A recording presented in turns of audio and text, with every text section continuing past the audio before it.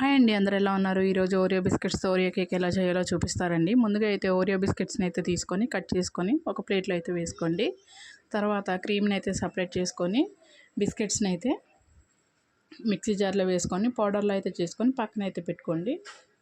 తర్వాత ఒక బౌల్ అయితే తీసుకొని బిస్కెట్స్ పౌడర్ని అయితే వేసుకొని ఒకసారి కలుపుకొని మిల్క్ని అయితే కొద్దిగా యాడ్ చేస్తూ ఉండలు లేకుండా ఒక 5 మినిట్స్ వరకు బాగా కలుపుకొని కొద్దిగా బేకింగ్ సోడాని అయితే వేసుకొని మరోసారి బాగా కలుపుకొని పక్కన అయితే పెట్టుకోండి.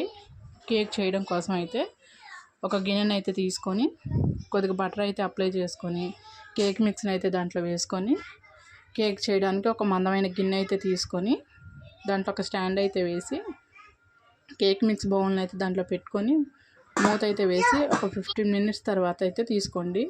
కేక్ అయిందో లేదో అయితే ఒకసారి చాక్తో అయితే అలా గుచ్చి చేసుకోండి, అయిపోతుంది అంతే. ఓరియో బిస్కెట్స్తో ఓరియో కేక్ రెడీ. లాస్ట్లో చాక్లెట్ సిరప్ వేసుకుంటే చాలా